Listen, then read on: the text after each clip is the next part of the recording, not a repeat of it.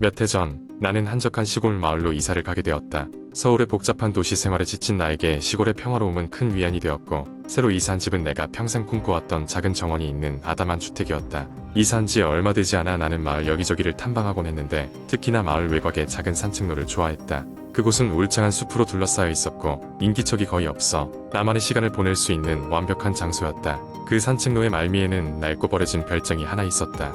현지인들 사이에서는 그곳이 퇴마와 관련된 장소였다는 소문이 끊이지 않았는데 처음엔 그런 이야기들을 흘려들었다.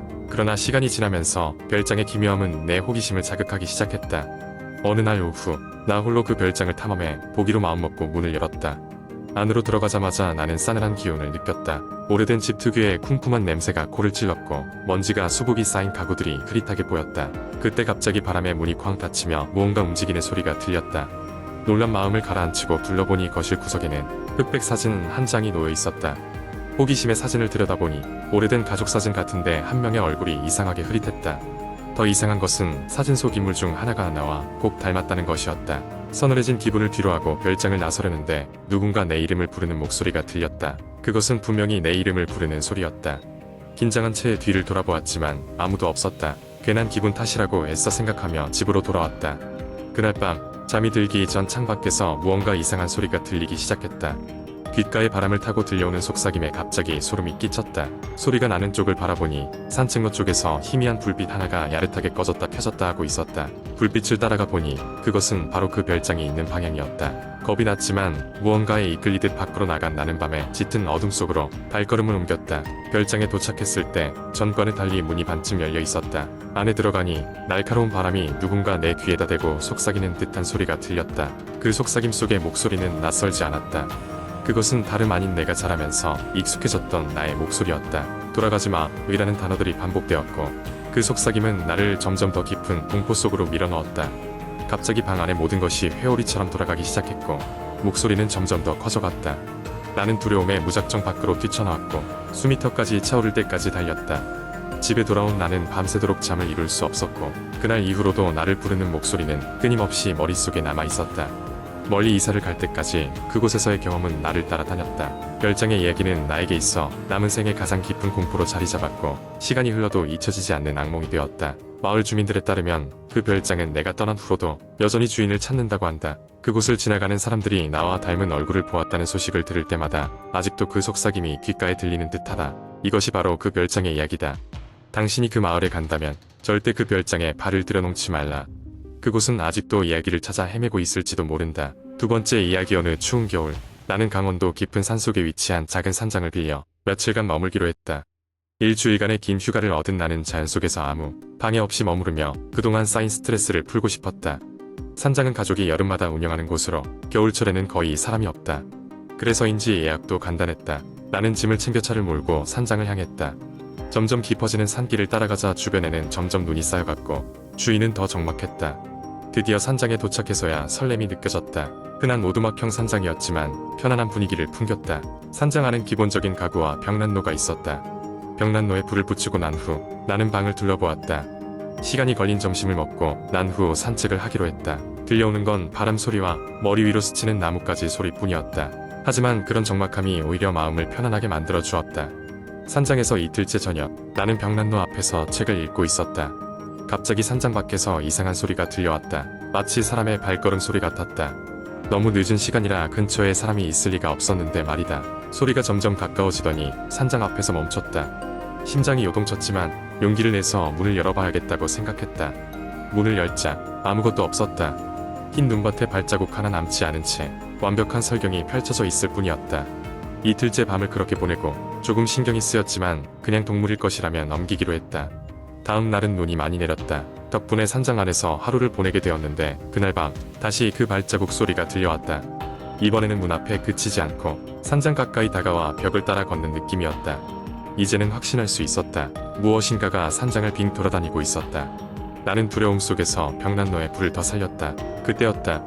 벽난로 불꽃 사이로 그림자가 비치기 시작했다. 나는 깜짝 놀라 뒤돌아봤지만 아무것도 없었다. 계속해서 벽을 따라 움직이던 소리는 괴랄한 웃음소리로 변하기 시작했다. 다시 두려움이 엄습해왔지만 몸을 가눌 수 없을 정도로 얼어붙어 버렸다. 그러다가 정신을 잃었고 다음 날 아침이 밝았다. 그날 아침 나는 서둘러 산장을 떠났다. 돌아가는 길에 생각했다. 결코 사람의 발자국일 수 없었던 그 흔적과 지나치게 소름 끼치는 그 웃음소리. 그것은 이 산장에 저주받은 무언가가 계속 같은 장소를 맴돌고 있는 것은 아닐까 라고. 이후로도 산장은 종종 비어있을 때가 많다고 했지만 그 겨울 이후 그곳을 찾아온 사람들에게는 어김없이 그 발자국 소리와 함께 나타난다고 한다. 다행히도 산장 주인을 비롯해 아무에게도 큰 해는 끼치지 않았다는 것에서 위안을 삼아야 할까. 지금도 어떤 용감한 여행객이 그 산장을 찾으면 그들 또한 산장의 주인공이 될지 모른다. 하지만 아직도 그 의문 어린 소리는 미스터리로 남아있다. 세 번째 이야기. 어느 날 대학생인 나는 기말고사를 준비하기 위해 학교 근처의 도서관에 갔다. 도서관은 평소와 다름없이 조용했고 사람들도 그닥 많지 않았다. 나는 3층 구석진 자리에 앉아 노트북을 꺼내고 공부를 시작했다. 시간은 벌써 저녁 10시를 넘어가고 있었고 나는 사람도 없고 조용한 분위기에서 집중할 수 있었다.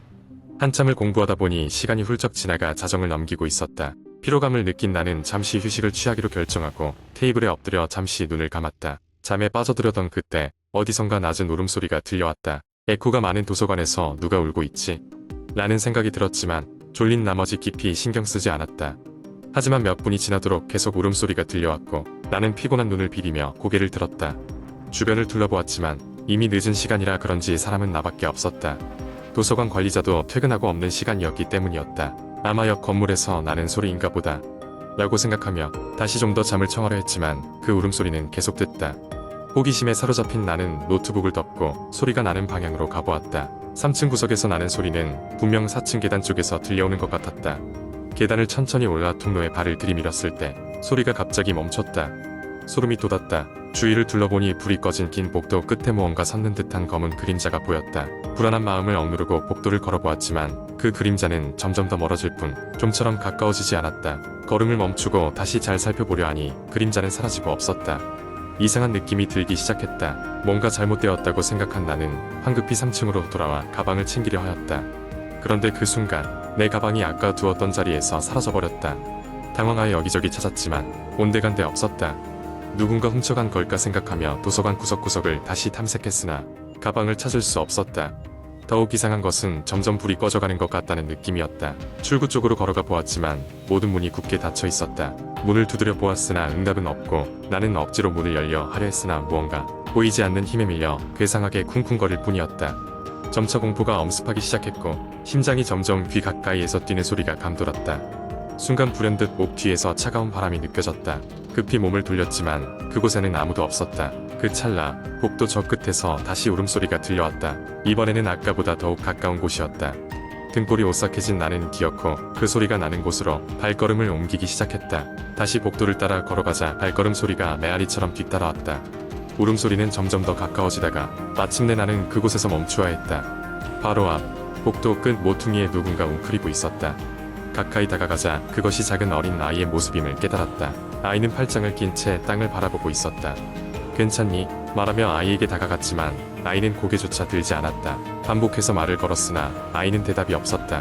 나는 깊은 한숨과 함께 다시 손을 뻗어 아이의 어깨를 잡으려 했으나 그 순간 아이는 고개를 천천히 들며 나를 바라보았다. 아이의 눈은 온통 검은색으로 가득했고 입가에는 선명한 미소가 번져 있었다. 순간 온몸에 긴장감이 흐르며 나는 본능적으로 뒤로 물러서기 시작했다. 아이는 부자연스러운 손짓으로 나를 향해 다가왔다. 그제야 알아챘다. 이것은 사람이 아니었다. 나는 전속력으로 복도를 뛰어 도서관을 빠져나오려 했지만 어디로 가던 길은 자꾸만 막혀버렸다. 점차 사방에서 웃음소리가 번져나오기 시작했고 나는 벗어나려 안간힘을 썼다.